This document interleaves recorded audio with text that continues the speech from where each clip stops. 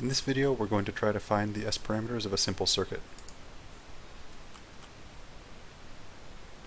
While S parameters are easy to measure, we're going to find that they're tough to analyze. If I was trying to find the S parameters of our divider, I could start by attaching Z0 to port 2. Making that connection ignores the transmission line connecting port 2 to the termination, but it's okay because the driving point impedance of a transmission line with a matched load is always Z0 anyway. So we can find the reflection coefficient of this structure from the Thevenin impedance of the load, and I've carried out that calculation on the top line here. We have the impedance of the load minus Z0 over the impedance of the load plus Z0. That was fine, but when we have to find S21, we're kind of stumped. S21 is defined in terms of wave amplitudes, but all we have in this model are port voltages and currents, which aren't the same as the amplitudes of incident and reflected waves. However, we know the port voltages and currents are given by sums of voltage waves and differences of current waves from our earlier study of transmission lines. That means we can write A1 and B1 in terms of V1 and I1 by adding and subtracting the first two equations that I put on this slide.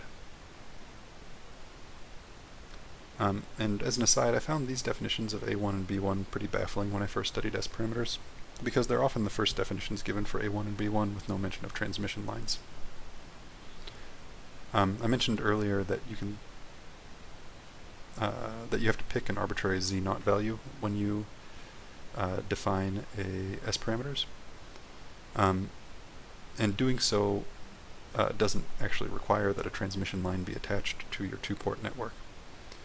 And in fact, many texts that discuss two-port networks opt to ignore the idea that S parameters were created with transmission lines attached to the device under test.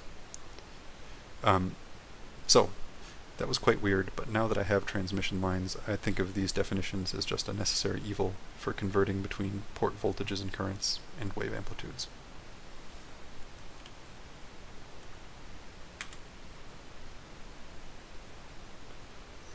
Alright, so now that we're armed with these port identities, we can get one step further with finding S21. And I've shown that here. We have a ratio of port identities there. The step after requires some fancy circuit footwork. First, we can see from the schematic that I2 times Z0 is going to be equal to minus V2, because I2 flows into the negative terminal of V2. So that means we can substitute minus V2 for Z0 times I2 in the numerator, which means we wind up with a total of 2V2 on top of the expression. The bottom of the expression requires even more tortured reasoning, where we express the normalized load impedance in terms of S11. However, simplifying this, we get a nice expression that relates the voltage gain of the network to S21, and because we haven't put in any details of this particular divider yet, the expression is good for any two-port network. It's a handy tool, keep track of it.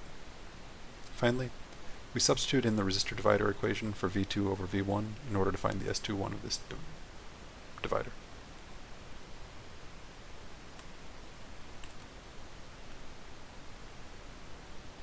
If that all seems like a bit much, there's another option. Z parameters were pretty easy to calculate for the divider, and there's a conversion between S and Z parameters. I've included it on this slide. It's a bunch of matrix math, but it lets you do easy circuit analysis to build intuition, and then let a computer do the hard matrix calculations for you. This is a reasonable approach if you don't need to calculate S parameters in your head right now. And to give you a flavor for why you wouldn't want to do that in your head, I've included the specific calculation that relates S21 to Z parameters on this slide. Before we leave the slide, I find it cute that the matrix versions of these equations kind of look like the scalar equations reflecting reflection coefficient and load impedance. You can see a ZL minus Z0 divided by ZL plus Z0 in the first equation if you squint. So in summary, S parameters are easy to measure, but they're harder to analyze compared to other linear network parameters. The magnitudes of the A and B waves can be related to port voltages and currents using the two equations that I've shown here. We can find S11 by calculating reflection coefficients with ports terminated in Z0. And we can find S21 with the equation below or by using the S to Z conversion.